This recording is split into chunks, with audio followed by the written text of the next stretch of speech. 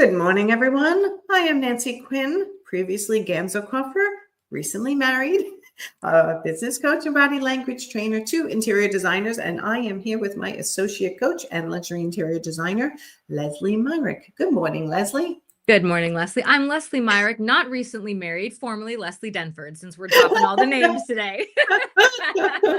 Yeah, I got to go through all of it, right? And then the maiden name, the middle name, right? It's a lot, but you know what? It's so much fun and I'm so excited. It's kind of like a whole opportunity to rebrand, right? It is. So everybody stay tuned for that. We're working on that. But today we want to talk about the latest question.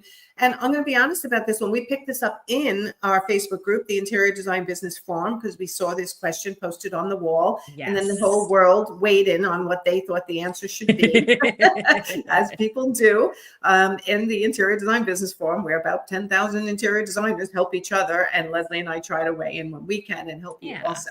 So tell everyone who the question is from today, but also before we tell them that, where they can submit a question for us. Yes, if you are a member of the Interior Design Business Forum on Facebook, which it's free, so if you're not, you should be, go join, and there's a pinned post at the top of that page, which is an Ask Us Anything. Submit a quick form, and we would love to answer your question. We will change your name because people don't want to give away all their secrets, and I secretly love choosing fake names for people. So that's where you can submit a question. Awesome. And that's what we're doing every Thursday, is answering your pressing business questions. Okay. All right. So today's question is from Stephanie. All right. And we saw this. So it says, does anyone charge non-clients for their contractor list? And then she went on to say, I have created a list over the years of everyone I refer to, my trades, painters, upholsterers, etc. I freely share it with clients, but I often have acquaintances, Facebook friends, asking for recommendations for a contractor, a tile guy, etc. How do I handle this? Is it appropriate to share my list for a fee? So we saw a lot of people weigh in on an answer on this one, but yeah. All right. So tell everyone how we feel about this. We feel this could be a really good opportunity to grow your email list and your potential client network. So our feeling is no, you shouldn't charge for it. Not to say if you do charge, I'm not trying to throw people under the bus. Lots of people would charge for it. Yes. I would recommend not charging for it, but consider collecting these potential interested people's name and email addresses, add them to your list, give them the info they need. I wouldn't share the entire list. Like, you don't need to say, here's every single vendor. But if someone's like, hey, do you have a tile guy you love? I think that's perfectly appropriate to share that name. And it's goodwill. It's putting good juju out there to give other people business. Well, yeah, it's putting good juju out there. Plus, they know you're the expert. So next time they have a question, maybe just to get another name from you, or when they actually have a project that they don't want to handle themselves, you become known as the expert, that they hired somebody from your trusted list. So like Lesley said, I would not say, here's my entire list, or for $10, here's my trusted industry partner list. As an interior designer, I would not do that. I feel like that reduces your value almost in a way, right? I just think, like Lesley said, if someone says, do you have a tile guy or do you have someone that can help me with this? Absolutely, I do. And give the name. That is goodwill. And what you can then say is, I'd love to put you on my email list if you'd like, for my monthly newsletter where I give tips and tricks on whatever you give in your monthly newsletter, right? Yeah. So that's a great way to exchange information for that. And then you'll stay top of mind after that by getting into their inbox once a month. So that's what we feel as a kind of overall, like, no, don't charge for it. Just be the expert and give them what they need when they need it, right? Yeah. And there might be a point. I mean, I can't imagine this would happen, but some people are weird. If they, oh, okay, well, who's your painting? Okay, thanks. Now who's your carpet? Like, then there's a point where you're like, okay, let's talk about a consultation. Maybe there's more support here that you need than just a few names. But in general, if it's just one name, I think share freely, share the love. Yeah, you'll always have people, friends who are trying to abuse it. And then you do have to have boundaries and put your foot down. Yeah. But in general, be generous with your connections, because that helps them believe that you are the expert that you are. They loved who they hired.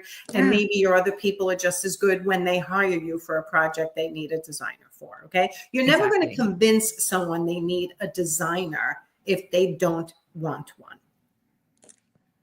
Okay. So when you say, well, I'm not sure they're going to hire me, I got to adjust my prices, and I got you're never going to convince someone to hire you if they don't value what you do and they don't think they need a designer, right? So by holding back your name of your painter, your faux painter or tile guy, whatever they're asking for, because then they'll hire me if I don't give it to them.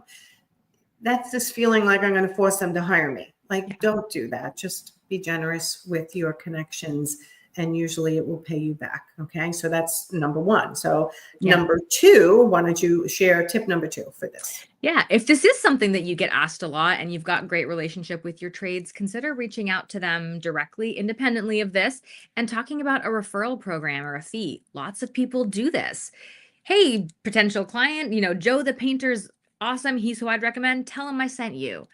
And maybe Joe the painter has something in place where, a small cash referral fee, something like that. That's not legal everywhere. So please be mindful of that. Yes. But there is nothing wrong with having that discussion in advance. Invite the person out for coffee and talk about potential referral programs. See what they have available. If they don't have something, maybe suggest they start. They might not be open to it, but they might. And there's nothing wrong with asking if it's someone you have a great relationship already. This is not the time to go try to find a new person and be like, hey, if I send you business, will you give me money? Yeah, don't do that right now. Right. So I kind of combined our first and our third tip when I was talking, right? But I'm going to add another one then to make the 3 official, right? That you're so afraid to share your resources, but your resources need to be shared. Otherwise, they may not exist for you in the future. I love that you said that. So many designers don't want to share the names of their trades because then they're going to get busy and not be available for them. Yes. And I started, for those of you who don't know or new to my world, I was 17 years an art, framing, and accessory consultant to interior designers and their clients. And I would have to tell them, please share my name with other designers. Obviously I had my own way of marketing to interior designers in the Interior Design Society local chapter, but share me because I won't be here for you when you need me, if not. And I know when I said that to a couple of them, they're like, okay, I could do that for you, but I can't do that for my cabinet guy because I need my cabinet guy when I need him. And I'm like, yeah, but again, if you're not sharing your resources, they may not make enough money to stay in business. And in general, if you are sending someone business over and over and over again, I promise you they will make time for you. Correct. So I think the answer is definitely don't charge for it, share. Yeah. Consider reaching out to those vendors if you're allowed in your state and getting some kind of a referral program or a commission on referrals, something like that. If you can do that, it creates goodwill. It makes you the expert to the people who are asking you for these connections.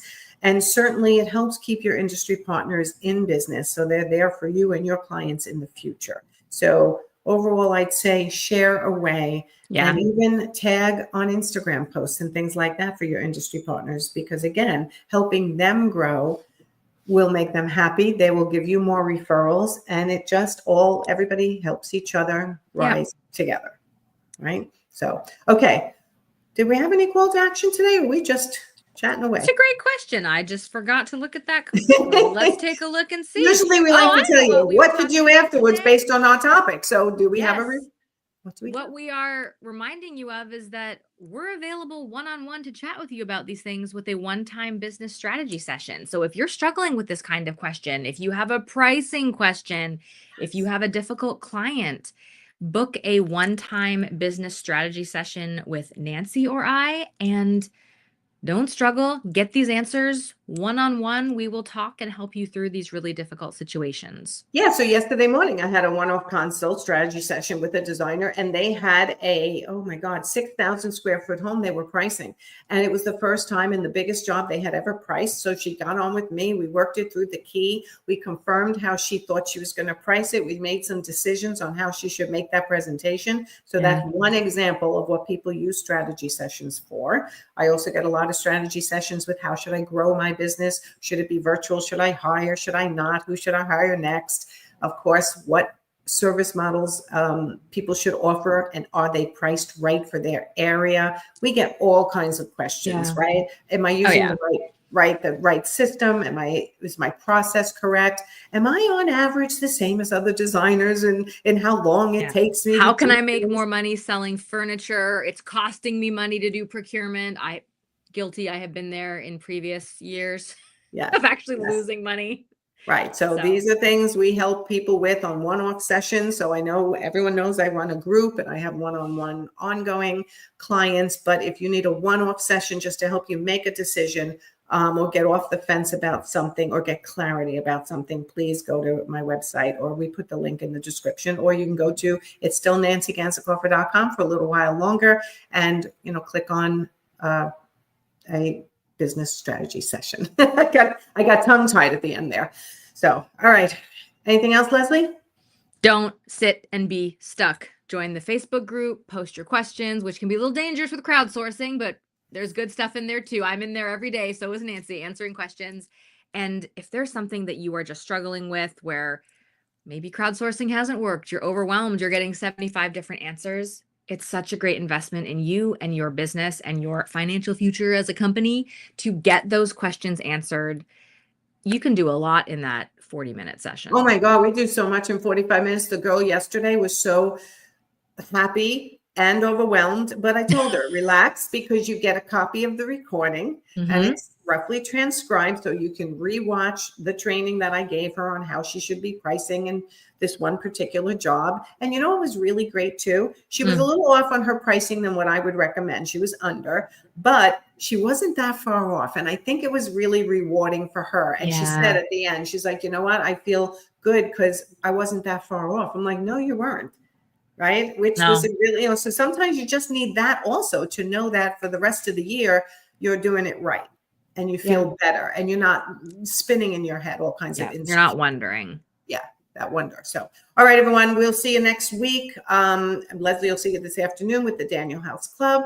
And I'll see you next week. Go have a great Thursday. Bye, everyone. Bye.